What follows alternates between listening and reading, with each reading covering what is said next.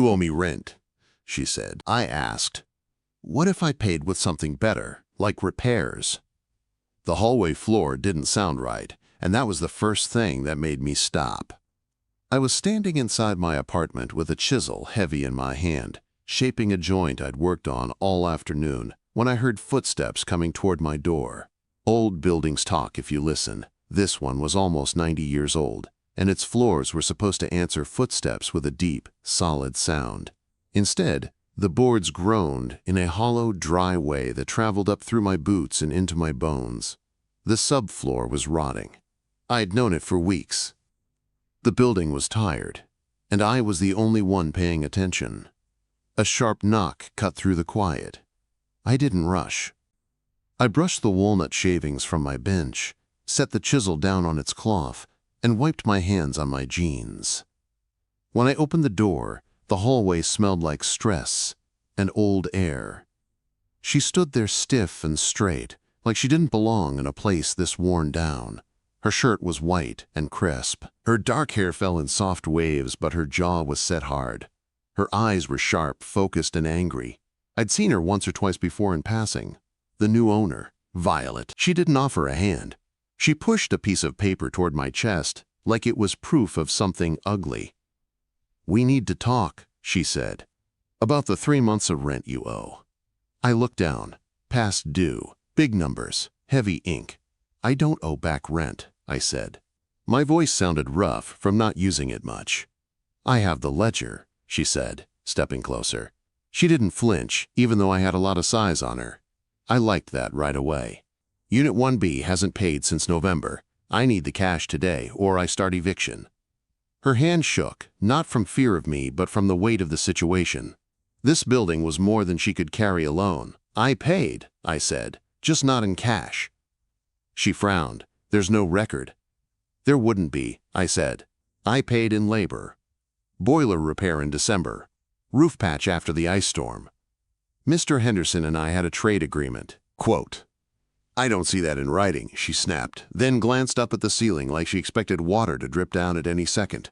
"Henderson didn't do writing," I said. "He did handshakes." I leaned against the doorframe and crossed my arms. "But if you want to talk about costs, we can talk. Because the floor you're standing on has maybe 3 weeks before it drops into the basement." The board creaked under her heels like it wanted to prove my point. "You're trying to scare me," she said. "I'm telling you the truth," I said. "This place doesn't need your $1,200. It needs someone who knows where it's failing." I stepped back and opened the door wider so she could see inside. Lumber stacked clean and neat, tools laid out with care. The smell of sawdust and oil hung in the air like something alive. "You want the money," I said. "I can write the check. It'll wipe me out, but I can do it. Then I leave. And when the city inspector shows up next month, you fail. Hard." Her shoulders dropped. "The inspection is in 8 weeks, she said quietly. "A developer next door reported us. He wants the property cheap." "I know," I said. "He's been waiting for this place to fall apart." She studied me then, really looked at me the way I look at wood before I cut it. "If I waive the back rent," she said, "can you fix it?" Quote. "All of it?" I asked. "Enough to pass," she said. "I can't lose this building." It was my father's. I took the paper from her hand, folded it, and slipped it into my pocket. "Keep the rent," I said. "I'll give you something better." I grabbed my invoice pad and wrote it out clear and simple. Labor instead of rent, materials reimbursed, 7 weeks, no favors, no gray areas. She read every word, then signed. Her hand shook, but her name was strong. That was how it started. We went down into the basement next. It smelled like wet stone and neglect. I pointed out the main beam, soft at the bottom from years of water damage. "This is the real problem," I said. "Not rent. If this fails, the city shuts you down." She didn't panic. She asked questions. She listened. "How do we fix it?" she asked. "We don't patch," I said. "We reinforce. Do it right or don't do it at all." She pulled out papers, bank statements, emails, an offer from the developer. Too low, too fast. "He's trying to rush you," I said. "We don't rush. We make this place solid and boring, That's how we win." She nodded once. "Show me what to do." I looked at her again, really looked this time. Boardroom clothes, tired eyes, stubborn spine. "All right," I said, "but you'll need gloves." As she headed back upstairs, the stairs groaned under her weight. I made a mental note to fix them first. The building wasn't the only thing that needed support. We worked through the nights, each one blending into the next. The hours had a rhythm. Quiet mornings spent on heavy lifting, evenings spent fixing small details. The air always smelled of fresh-cut wood, linseed oil, and the hum of old radio stations playing in the background. I woke before the sun, doing the heavy work, the beams, the supports, while she worked at her desk, freelancing and making calls. By the time she finished for the day, we were both exhausted, but there was always time for one more job before we called it a night. It felt like we were slowly breathing life back into this place, this old brownstone that had been forgotten by everyone but me. But I had a new partner now. Violet. The first few days, she stayed mostly out of my way, letting me do what I did best. She'd run errands, fetch tools, organize the mess I constantly made. Her hands were soft. Graphic designer hands, I called them. But she was tough. She never complained. She got her hands dirty when she needed to, and she carried what she could. And every day, the space between us seemed to close. There was something about watching her work, seeing her in that oversized sweatshirt, sleeves rolled up, her hair tangled in a messy knot. It wasn't the kind of thing I usually noticed, but for some reason, it was different with her. She was real. She didn't just sit in an office all day and complain about things falling apart. She was here. She was fighting for something that mattered. And it made me want to fight too. One evening, after we finished fixing the subfloor in the hallway, she looked at me with this tired, relieved expression and said, "I never thought I'd get this place to where it feels like home again. It's not perfect, but I can see it now. It's going to work." I didn't say anything. I just watched her, a small smile tugging at the corner of my mouth. We both knew the work was far from done. The building was still hanging by a thread, but now it was ours. It was a stormy night when the real test came. The wind had picked up out of nowhere, howling through the cracks in the walls, and the rain slammed against the windows in sheets. We'd just finished putting in the final touches on the new beam in the basement when a sudden crash echoed up from below. I was already on my way down the stairs before my brain had fully registered the sound. Violet was right behind me, her feet barely making a sound on the old wooden steps. "Ford, what's going on?" she asked, her voice tight. "Pipe burst," I said quickly. "Stay up here, Violet. Don't come down." Quote, I didn't wait for her response. I could hear the hiss of water pouring onto the floor from the basement, and I had a feeling it was bad. When I hit the bottom step, I saw the flooding. Water was already creeping across the concrete floor toward the electrical junction box, a disaster waiting to happen. The basement lights flickered. The bulb above my head sputtered and dimmed before it finally went out completely. The whole place plunged into darkness except for the dim beam of my flashlight. "Ford!" Violet's voice called out from the top of the stairs. "What's happening?" "Stay on the steps," I shouted back. "Don't come onto the concrete." "It's too dangerous." I sprinted over to the main breaker, flipping the switch with the back of my hand. The lights stayed off, but at least the power was cut. I pulled out my non-contact tester, checking the line to the junction box. Nothing. No sparks. But the water was spreading fast. Violet appeared at the top of the stairs again, barefoot now, her eyes wide in panic. She wasn't listening to me. "I can help," she said, her voice a mix of frustration and fear. "Stay on the stairs," I said, my voice calm but forceful. "Get me the blue mop bucket. And don't slip." She didn't argue. I heard her running up the stairs as I moved toward the source of the leak. The pipe had burst near the boiler feed, and the water was flowing in steady streams. Violet came back, carrying the mop bucket, but as she stepped onto the wet stairs, her foot slipped. In an instant, I was there. I grabbed her by the waist, pulling her back against my chest, my arm locking around her middle like a seatbelt, keeping her off the slick concrete. "Ford, I'm okay," she whispered, her breath shaky, gripping my arm. "You can let go."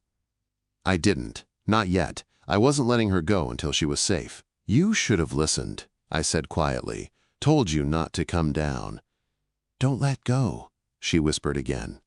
Her voice was softer now, the tension in her shoulders loosening. I held her there for a moment, then helped her back up to the steps, keeping my arm around her like it was the only thing keeping her from falling. Once she was safe, I went back to the pipe, tightening the rag I'd shoved in to slow the water, cursing under my breath. We'd gotten the worst of it under control, but the whole time, I couldn't help but notice how she stood there, watching me like she trusted me more than anyone ever had. I finished the makeshift fix in less than 15 minutes. Violet was right behind me, handing me the second bucket, her hands steady now. "Ford," she said quietly. "That wasn't normal, was it?" Quote, "No," I said, looking at the scored pipe, the clean cut where it had been tampered with. "Someone did this on purpose." Violet saw the change in my face, the way my posture stiffened. "Who would do that?" "I'm guessing your friend Sterling," I muttered, snapping a few pictures of the damage. "But I'm not accusing without proof. We'll document everything, but we need to be ready for him." I could tell she was already thinking the same thing. We weren't just fixing this building. We were fighting for it.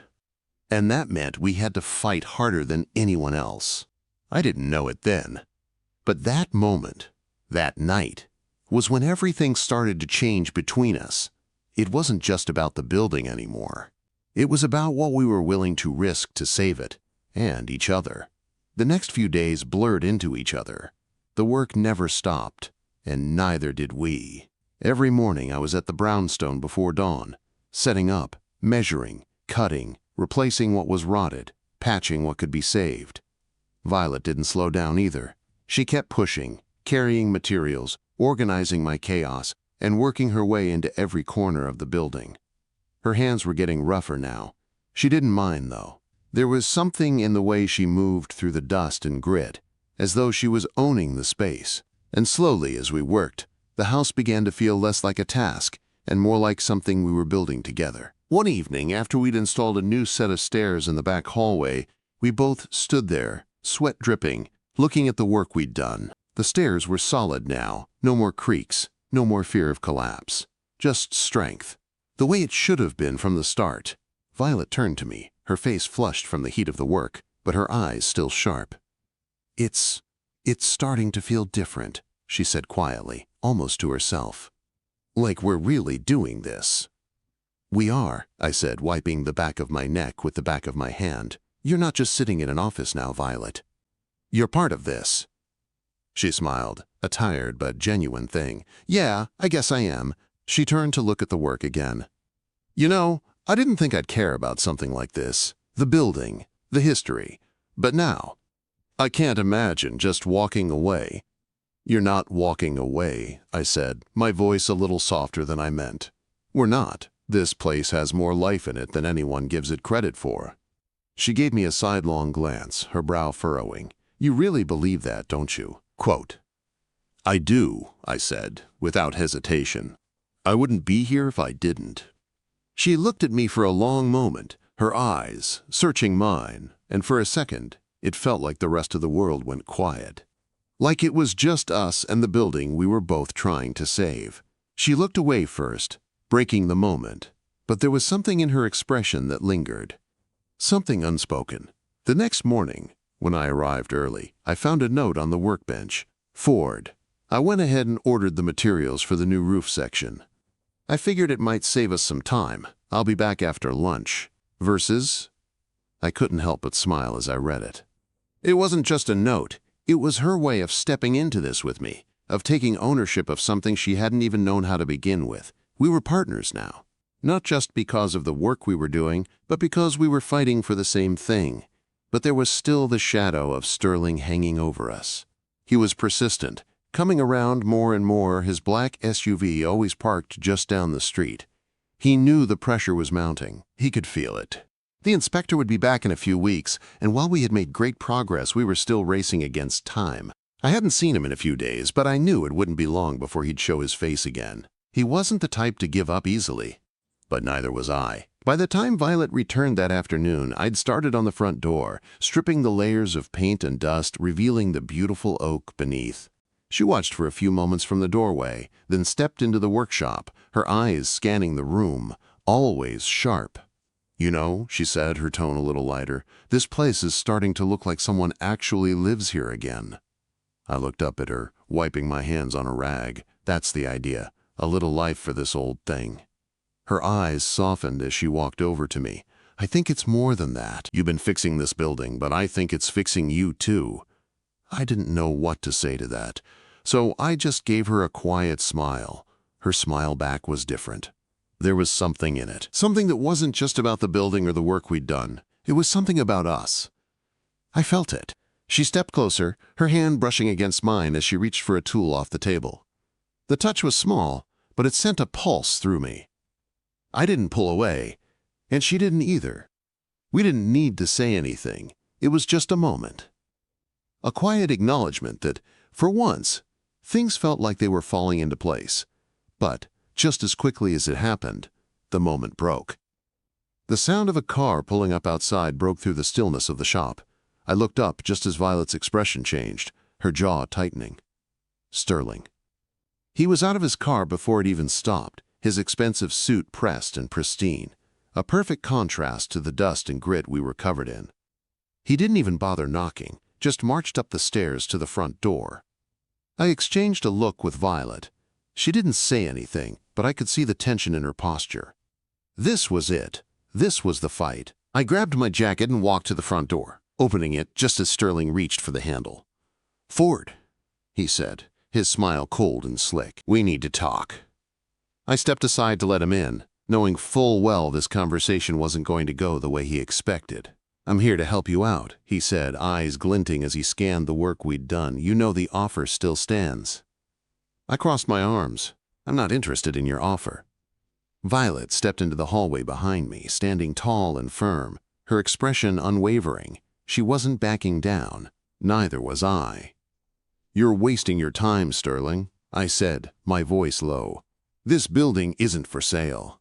Not to you." Sterling's smirk faded just a little, but he wasn't finished. "You can't fix this place alone. You know that, don't you?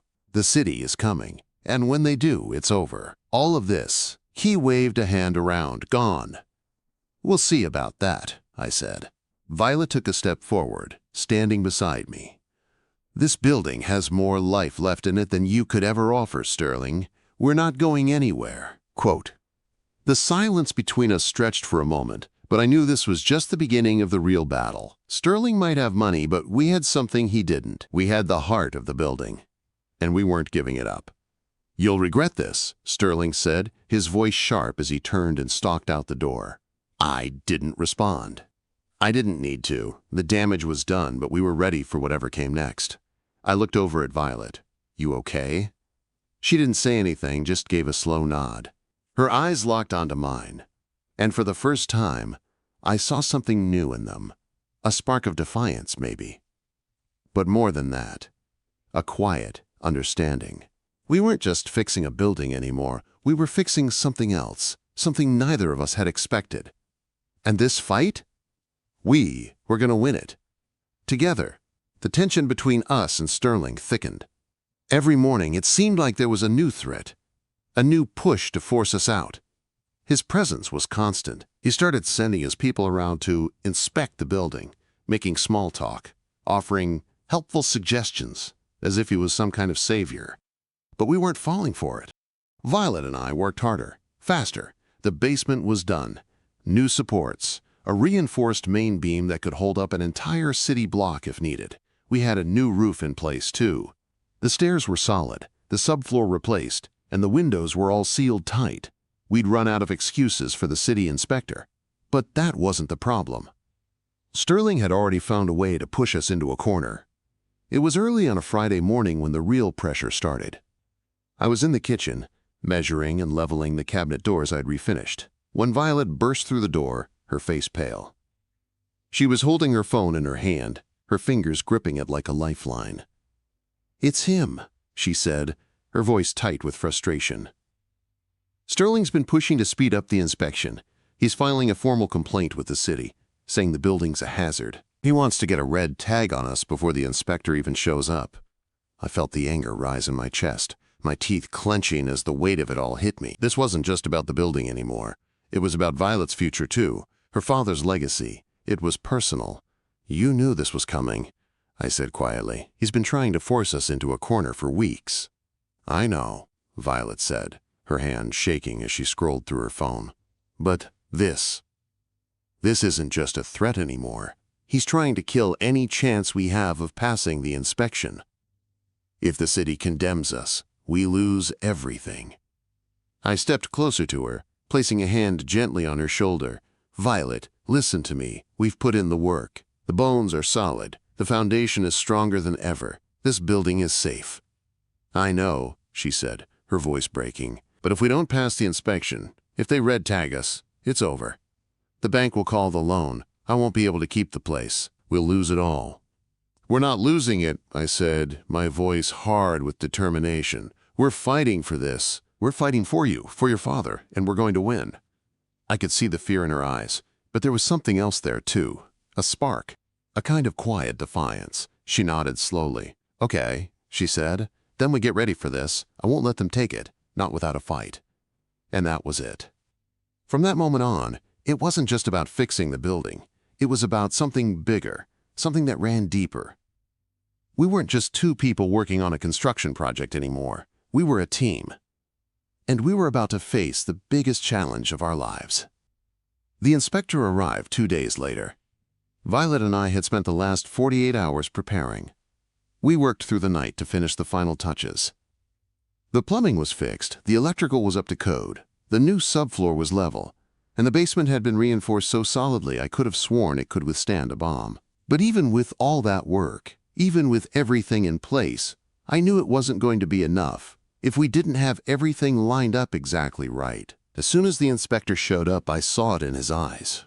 He was looking for a way to fail us. He wanted to find something, anything, that could give Sterling the ammunition he needed to take this building down.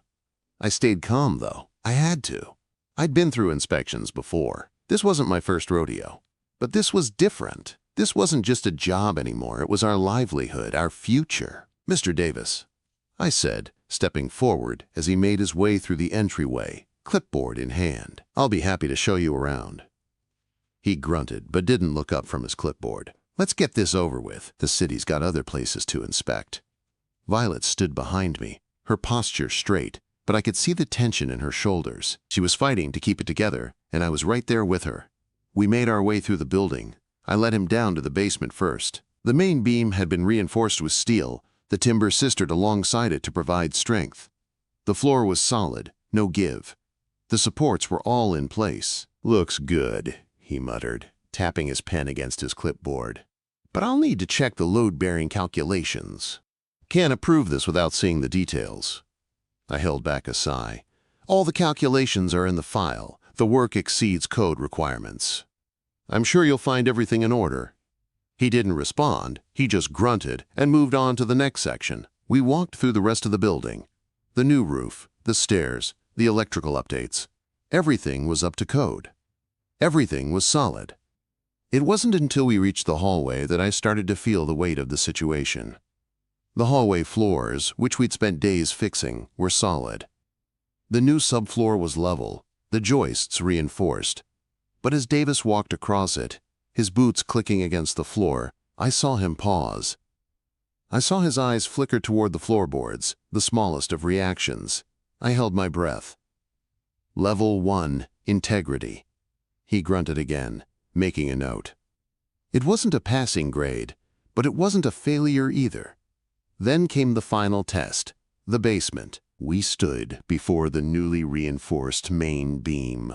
The work wasn't pretty. The steel flitch plate was industrial, but it was as strong as anything in the city. I watched Davis's eyes flicker over it, then trace the welds with his finger. "Who signed off on this engineering?" he asked. "I did," I replied, trying to keep my voice steady. "You know this is custom, right?" he said, his voice tight. "It's solid," I said. "You can see it. We're not cutting corners here." He didn't respond immediately. Instead, he scribbled something down on his clipboard, and then, After what felt like forever, he sighed and looked up. "I'll pass it," he said, his voice reluctant. "But you're still waiting on the stamped permit for that modification." My heart sank. We'd filed for it. The city was slow with the paperwork, but it hadn't been processed yet. "Don't worry about the paper," I said, stepping in closer. "Look at the work. This building is safe. You can't condemn this place. It's better than half the new builds in this city." I could see him hesitate, and then I saw it. The smallest of nods. He knew I was right. The work spoke for itself. Violet stepped in beside me, her voice suddenly strong. "You're looking at a safe building.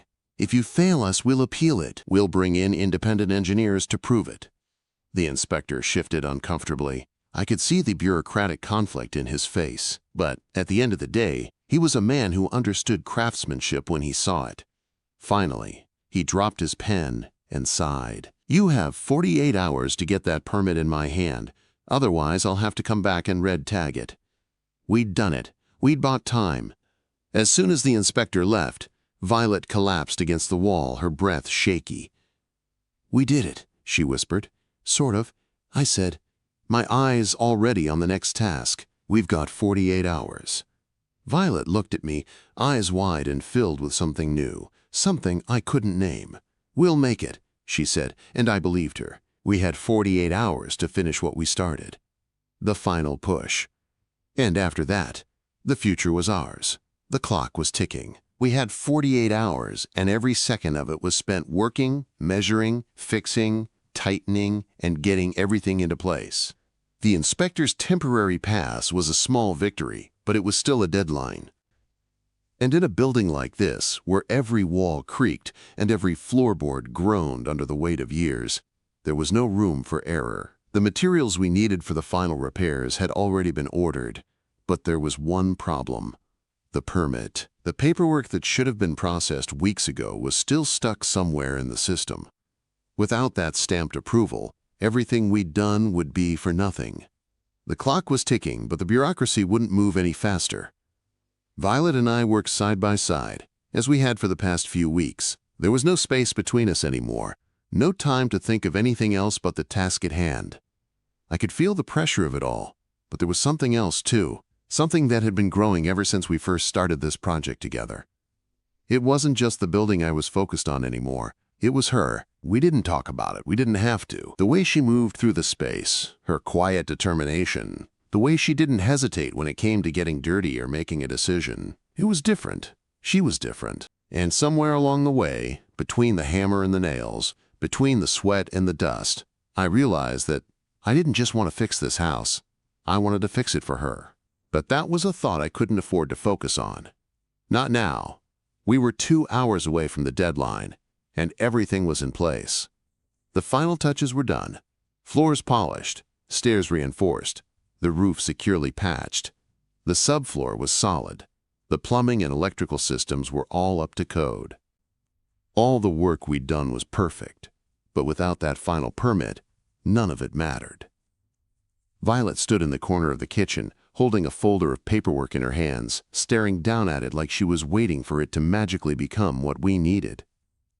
She had been like this all day, silent, intense, her thoughts running like 1,000 trains at once. I could see it in her eyes. She knew the stakes. This wasn't just about the building anymore. It was about her future, her father's legacy. "Ford, we don't have time," she said, breaking the silence. Her voice was tight with frustration, the kind of frustration I knew well. It was the kind that came from realizing you were running out of options. "I don't know what to do." "They won't process the permit in time." "I know," I said, walking over to her. "I've been on the phone with the city hall all day. They're slow." "They're always slow." Violet pressed the folder against her chest, her fingers curled around it as if it were the only thing holding her together. "I can't lose it. Not after everything we've put into this." "We're not going to lose it," I said firmly. "Not if I can help it." She looked up at me, her face a mix of disbelief and determination. "What are you saying, Ford?" "What can we do?"